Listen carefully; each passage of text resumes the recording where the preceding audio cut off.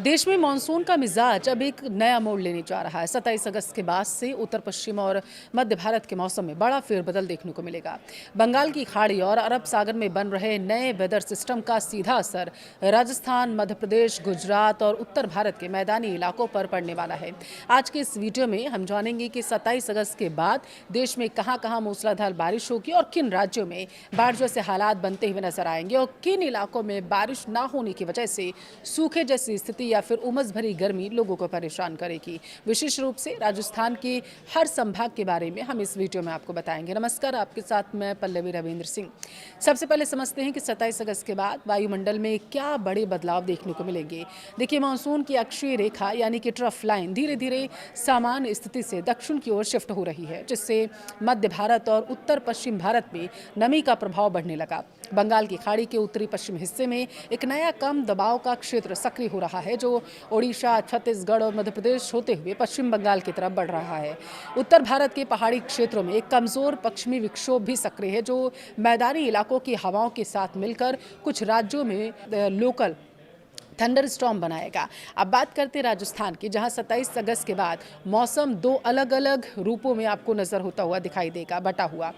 पूर्वी और दक्षिणी राजस्थान की बात करें तो कोटा और उदयपुर संभाग, कोटा, बारां, झालावाड़, बूंदी, बांसवाड़ा, डूंगरपुर और प्रतापगढ़ में 27 से 31 अगस्त के दौरान कई स्थानों पर मध्यम से भारी बारिश की संभावना है। जयपुर, अजमेर और भरतपुर संभाग की बात करें तो इन इलाकों में हल्की से मध्यम बारिश और कुछ स्थानों पर गरज चमक के साथ तेज बौछारें पड़ सकती हैं। तापमान में 2 से 3 डिग्री की गिरावट भी दर्ज की जा सकती है, जिससे उमस से लोगों को राहत मिलेगी। पश्चिमी राजस्थान की बात करूं, जैसलमेर, बाड़मेर, बीकानेर, फलौदी और श्रीगंगानगर के ज्यादातर इलाकों में मौसम मुख्यतः शुष्क रहने वाला है, यानी ड्राई रहेगा। हालांकि लोकल कनेक्टिविटी एक्टिविटी और स्थानीय बादलों के कारण कहीं कहीं छिटपुट बूंदाबांदी भी हो सकती है, लेकिन बड़े पैमाने पर बारिश की संभावना बेहद कम है। यहाँ दिन का तापमान बढ़ेगा, उमस लोगों को परेशान कर सकती है। 27 अगस्त के बाद राजस्थान का मौसम एक ऐसा करवट लेने जा रहा है जिसे देखकर आप भी दंग रह जाएंगे। एक ही राज्य लेकिन दो बिल्कुल अलग अलग मौसम। पूर्वी राजस्थान के जिले में जहां काले घने बादल और बारिश का दौर जारी रहेगा, तो वहीं पश्चिमी राजस्थान के हमारे रेगिस्तानी जिलों में मानसून पूरी तरीके से हाथ खींचने वाला है। अब बात करते हैं उन जिलों की जहां 27 अगस्त के बाद भी मानसून मेहरबान रहने वाला है। हाड़ौती बेल्ट की कोटा, बारां, झालावाड़, बूंदी, यहाँ 27 से 31 अगस्त के बीच मानसून पूरी तरीके से रफ्तार में रहेगा। झालावाड़, बारां के कुछ इलाकों में तेज बारिश और गरज चमक के साथ भारी बौछारें पड़ने की पूरी संभावना है। नदी नाले उफान पर रहेंगे। मेवाड़ और बागड़ की बात करूं, उदयपुर, बांसवाड़ा, डूंगरपुर, चित्तौड़गढ़, राजसमंद की यहाँ भी बादलों का डेरा रहेगा। रुक रुक कर हल्की से मध्यम बारिश का दौर जारी रहेगा, जिससे मौसम सुहावना रहेगा और फसलों को राहत मिलेगी, लोगों को गर्मी से भी राहत मिलेगी। ढूंढान और मेवात की बात करूं, देखिए जयपुर, दौसा, अलवर, भरतपुर, सवाई माधोपुर के अलावा करौली, यहाँ पूरे दिन तेज बारिश तो नहीं होगी, लेकिन दोपहर या शाम के वक्त आपको लोकल सिस्टम बनता हुआ नजर आएगा। 30 से 40 किलोमीटर प्रति घंटे की रफ्तार से हवाएं चलेंगी। उमस से थोड़ी राहत जरूर लोगों को यहाँ मिलती हुई नजर आएगी। अब रुक करते हैं मारवाड़ और बीकानेर संभाग की तरफ। यहाँ के किसान भाइयों के लिए खबर थोड़ी चिंताजनक है। जोधपुर, बाड़मेर, जैसलमेर के अलावा फलौदी, बीकानेर, नागौर, श्रीगंगानगर और हनुमानगढ़ 27 अगस्त के बाद यहाँ बारिश की गतिविधियाँ लगभग थमती हुई नजर आएंगी। मौसम विभाग के मुताबिक इसे मानसून ब्रेक आप कह सकते हैं। आसमान ज़्यादातर साफ रहेगा या फिर हल्के सफ़ेद बादल दिखेंगे आपको, जो बरसने वाले नहीं होंगे। वो कहते हैं ना, जो बादल गरजते हैं वो बरसते नहीं है, कुछ ऐसा ही मंजर देखने को मिलेगा। तापमान और उमस का डबल अटैक आपको देखने को मिलेगा। दिन का तापमान 37 डिग्री सेल्सियस से 39 डिग्री सेल्सियस तक जा सकता है। हवा में नमी पहले से है और ऊपर से तेज़ धूप। इसका मतलब ये है कि भयंकर चिपचिपी उमस जो पसीने छुड़ा देगी। अगर कोई लोकल बादल बन भी गया तो कहीं कहीं 5 से 10 मिनट की छुटपुट बूंदाबांदी हो सकती है, बस और कुछ नहीं। लेकिन बड़े स्तर पर कोई अच्छी बारिश की उम्मीद आप मत करिएगा 1 से 2 सितंबर तक के लिए। इस मौसम का आपकी फसलों पर क्या असर पड़ेगा, यह भी आप नोट कर लीजिए। पश्चिमी राजस्थान वाले जो किसान हैं, अगर आपने ग्वार, बाजरा, मूंग या मूंगफली बो रखी है और अगर आपके पास ट्यूबवेल या नहरी पानी की सुविधा है, तो हल्की सिंचाई की तैयारी आप रखिए। बारिश के भरोसे ज़्यादा ज़्यादा दिन ना बैठे क्योंकि ज़मीन की नमी तेज़ी से उड़ेगी। पूर्वी राजस्थान वाले किसान आप ध्यान दीजिएगा क्योंकि सोयाबीन और मक्का के खेतों में अगर पानी भर रहा है तो निकास नाली तुरंत साफ कर लीजिए। कीटनाशक या यूरिया का छिड़काव तभी करें जब आसमान में तेज़ धूप खिली हुई हो, नहीं तो बारिश आपकी खाद बहा ले जाएगी। आइए अब नज़र डालते हैं देश के बाकी हिस्सों पर। पहले नंबर पर भारी बारिश वाले क्षेत्र कौन से हैं आपको मैं वो बताती हूँ। मध्य भारत, मध्य प्रदेश विशेषकर पश्चिमी एमपी, छत्तीसगढ़, महाराष्ट्र का विदर्भ और कोंकण गोवा क्षेत्र में लगातार बारिश का दौर जारी रहेगा। तो वहीं गुजरात की बात करूं तो 28 अगस्त के बाद गुजरात के सौराष्ट्र और पूर्वी हिस्सों में बारिश की गतिविधियां देखने को मिलेंगी। पहाड़ी राज्यों की बात करती हूं, उत्तराखंड और हिमाचल प्रदेश के कुछ जिलों में भूस्खलन और तेज बारिश का असर देखने को मिलेगा। यहाँ के लिए येलो अलर्ट जारी किया गया है। दूसरे नंबर पर आता है सामान्य छिटपुट बारिश कहाँ पर होगी आपको वो बताते हैं।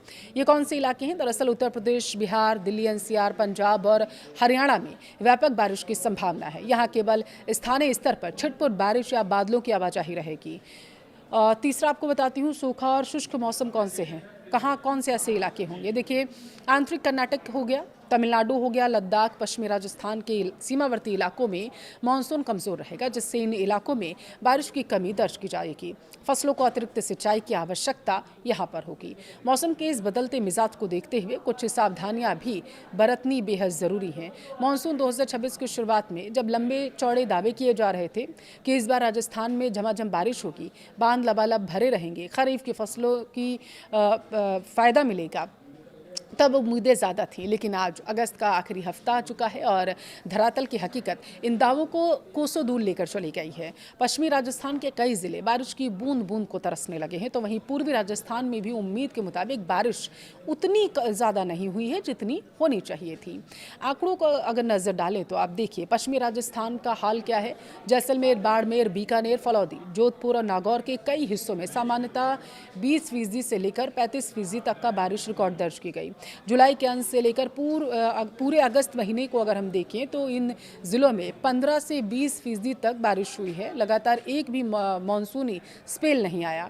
जहां बारिश हुई भी वहां एक ही दिन में 2 घंटे तेज पानी गिरा और फिर अगले 10 दिनों तक चिलचिलाती गर्मी हुई है। इसे बारिश का सामान्य वितरण नहीं कहा जा सकता क्योंकि ऐसी बारिश जमीन में रिसने के बजाय बहसी जाती है।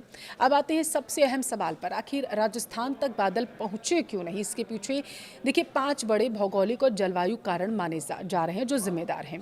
पहला, मानसून ट्रफ का उत्तर की ओर शिफ्ट हो जाना। मानसून की जो मुख्य अक्षीय रेखा होती है वह इस बार ज़्यादातर समयबद्ध मध्य भारत के ऊपर टिकने के बजाय हिमालय की तलहटी की ओर खिसकने लगी है। इसे मौसम विज्ञान में ब्रेक मानसून कहा जाता है। जब ट्रफ उत्तर में जाती है तो मैदानी राज्यों में बारिश पूरी तरीके से रुक जाती है। दूसरा पॉइंट क्या है? अरब सागर ब्रांच का कमजोर पड़ना। देखिए राजस्थान में पश्चिमी हिस्से को सबसे ज़्यादा बारिश अरब सागर की मानसूनी शाखा देती है। इस बार अरब सागर में नमी वाले सिस्टम गुजरात और महाराष्ट्र के तटीय इलाकों तक ही सीमित रह गए। राजस्थान के रेगिस्तानी हिस्सों तक आते आते कमजोर पड़ गए। तीसरा क्या कारण है? बंगाल की खाड़ी के सिस्टम का ट्रैक बदलना। बंगाल की खाड़ी में जितने भी लो प्रेशर सिस्टम या डिप्रेशन बने उनका ट्रैक ओडिशा, छत्तीसगढ़ और मध्य प्रदेश होते हुए दक्षिण पश्चिम की तरफ गुजरात, महाराष्ट्र मुड़ने लगा। वे सिस्टम मध्य प्रदेश को पार करके राजस्थान के आंतरिक हिस्सों तक उस ताकत से नहीं पहुंच पाया जिस तरीके की उम्मीद जताई जा रही थी आईएमडी को। चौथा क्या कारण है? अरावली पर्वतमाला की दिशा और वायुमंडलीय शुष्कता। देखिए अरावली पर्वत श्रृंखला मानसूनी हवाओं के समानांतर होने के कारण पश्चिमी राजस्थान में बादलों को रोक नहीं पाती। इसके अलावा पाकिस्तान और बलूचिस्तान की तरफ से आने वाली सूखी और गर्म पश्चिमी हवाओं ने राजस्थान के ऊपर हवा में मौजूद नमी को सुखा दिया जिससे बादल कंडेंस नहीं हो सके। पांचवा बेहद महत्वपूर्ण कारण ग्लोबल क्लाइमेट पैटर्न और अल नीनो का खतरा। इस साल प्रशांत महासागर और हिंद महासागर के तापमान में होने वाले असंतुलन, उतार चढ़ाव ने पूरे भारतीय उपमहाद्वीप में मानसूनी हवाओं के फ्लो को अनियमित कर दिया जिसका सबसे पहला शिकार उत्तर पश्चिम भारत का या सूखाग्रस्त इलाका बना। अब समझिए कि इस कम बारिश की कीमत किसे और कैसे चुकानी पड़ेगी। खरीफ फसलों पर भारी मार पड़ेगी।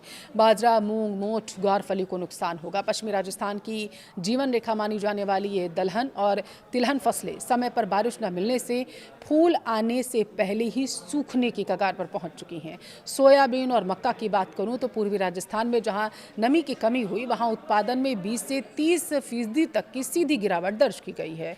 भूजल स्तर की बात करूं, इसका भी नुकसान होगा। देखिए, बारिश न होने से ट्यूबवेल और कुओं का जल स्तर नीचे चला जाएगा। नलकूपों पर निर्भर किसानों का बिजली और डीजल का खर्चा दोगुना हो जाएगा।